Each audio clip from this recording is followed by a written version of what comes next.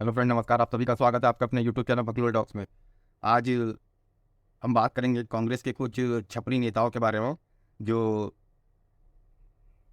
किसी के मतलब इन लोगों का तो इतिहास ही रहा है कि कांग्रेस वाले जब तक अपनी बुद्धि का परिचय नहीं देते, हिंदू घृणा का परिचय नहीं देते, दूसरे के चरण में एकदम बीच नहीं जाते उसकी वंदना करने के लिए, तो ये आप फिर कांग्रेसी नेता के लिए आप फिक्स नहीं हो कि आपके पास ये क्वालिटीज़ नहीं है तो आप कांग्रेसी नेता नहीं बन सकते। तो उसी के बारे में बताएंगे कि अतीक अहमद की मौत पर जो हुआ है उसको लोग, ये कांग्रेसी नेता, इसका बयान सुनिए फिर हम बात करते हैं आगे। और मैं ये मांग करता हूं कि अतीक अहमद को भारत रत्न दिया जाए। और क्योंकि जनप्रतिनिधि भी थे वो शहीद हुए हैं, अतीक अहमद को शहीद का दर्जा दिया जाना चाहिए और भारत रत्न दिया जाए। मोदी जब मुलायम सिंह को पद्म विभूषण मिल सकता है तो अतीक अहमद को अतीक अहमद को क्यों नहीं मिलता भारत रत्न? उनको क्यों राजकीय सम्मान नहीं दिया गया? क्यों नहीं उनको तिरंगा झंडा उड़ाया गया उनकी कब्र पे? क्या बयान दे रहे हो यार, फालतू बात कर। अतीक अहमद का जिस तरह से योगी सरकार ने मर्डर कराया, योगी जी को इस्तीफा देना चाहिए। आपने सुना इसका बयान, ये बोल रहा है कि इसको भारत रत्न दिया जाना चाहिए था अतीक को, क्योंकि वो नेता था और बाहुबली नेता था, इस कारण इसको भारत रत्न दिया जाना चाहिए। इनकी बात से सहमत हूँ मैं। ये बहुत बड़ी बात नहीं है, जो ये मोदी जी तो कर भी सकते हैं, क्योंकि सबका साथ सबका विकास और सबका विश्वास वाला चूरन के लिए ये कुछ भी कर सकते हैं। ये जब मुल्ला मुलायम को दे सकते हैं पद्म विभूषण, तो बहुत बड़ा चीज़ नहीं है कि वो किसी एक पक्ष के लोगों को खुश करने के लिए भारत रत्न दे दे। कोई बड़ी अचंभा वाली बात नहीं है, दे भी सकते हैं। क्योंकि जब जो कार सेवकों के ऊपर गोली चलवाया, जो एकदम से ऑर्डर दे दिया उनके ऊपर गोली चलाने का, इनके ऊपर इतने आरोप है, उनको आप पद्म विभूषण से सम्मानित कर रहे हैं, तो इस व्यक्ति का लगा होगा कि ये कुछ क्राइटेरिया होगा कि आप इतने मर्डर करेंगे और इतने अपराध करेंगे तभी ऐसे भारत रत्न को या भारत विभूषण को, पद्म विभूषण को प्राप्त करने के लिए आप वो मतलब आप इस क्राइटेरिया को पूरा करते हैं, इसके जो वो है वो पूरा करते हैं आप, तो इसके तहत आपको ये सब आप क्वालिफाई हो जाते हैं ये प्राप्त करने के लिए, जो ये पद्म विभूषण है, भारत रत्न है। इस व्यक्ति को यही लगा होगा, क्योंकि ये कांग्रेस का व्यक्ति है, तो इसकी बुद्धि के ऊपर कोई सवाल नहीं कर सकता कोई, क्योंकि जो हमेशा हमेशा उसी चीज़ में लिप्त रहेगा, जो उसी प्रकार की बात करेगा, जो वही प्रकार की बात सुनेगा, तो उसके दिमाग में वही चीज़ चलते रहेगी। तो ये व्यक्ति उसी प्रकार का कांग्रेस का व्यक्ति है, तो हम इसको दोष नहीं दे सकते, क्योंकि इनकी अपब्रिंगिंग वैसे ही हुई होगी कि आप जब तक देश में कुछ विरोधी गतिविधियों को आप सम्मानित ना करो तब तक आप कांग्रेस के में रहने के लिए क्वालिफाई नहीं हो जाते। तो ऐसे कृत्य तो कांग्रेस हमेशा करते रहती है।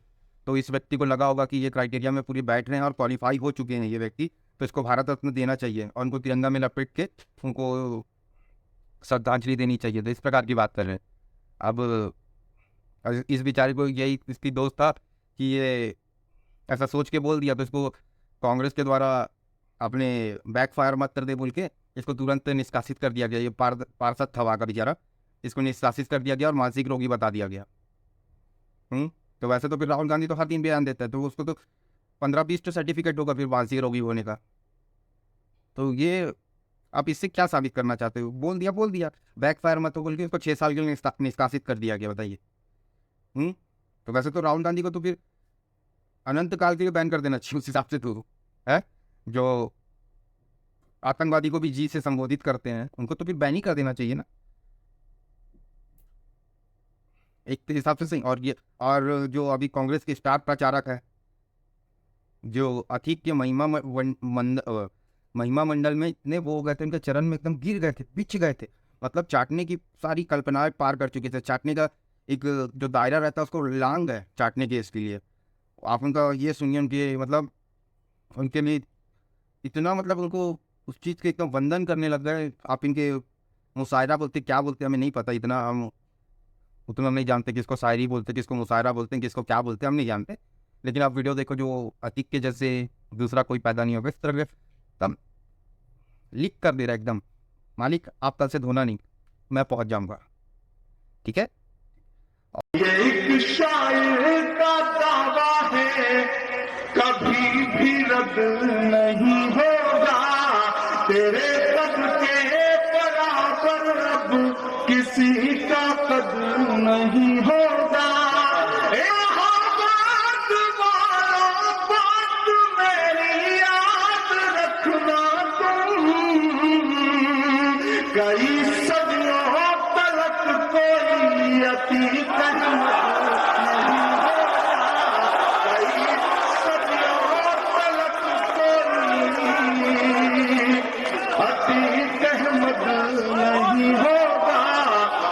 एक है इनका, तो चलो ये तो स्टार प्रचारक है, वो भी तुष्टिकरण के लिए इसको प्रचारक के रूप में रखा गया है, लेकिन ये अपनी मजहबी सोच से कब पीछे हटे हैं, तो दिखा है वहाँ महिमा मंडन करते हुए।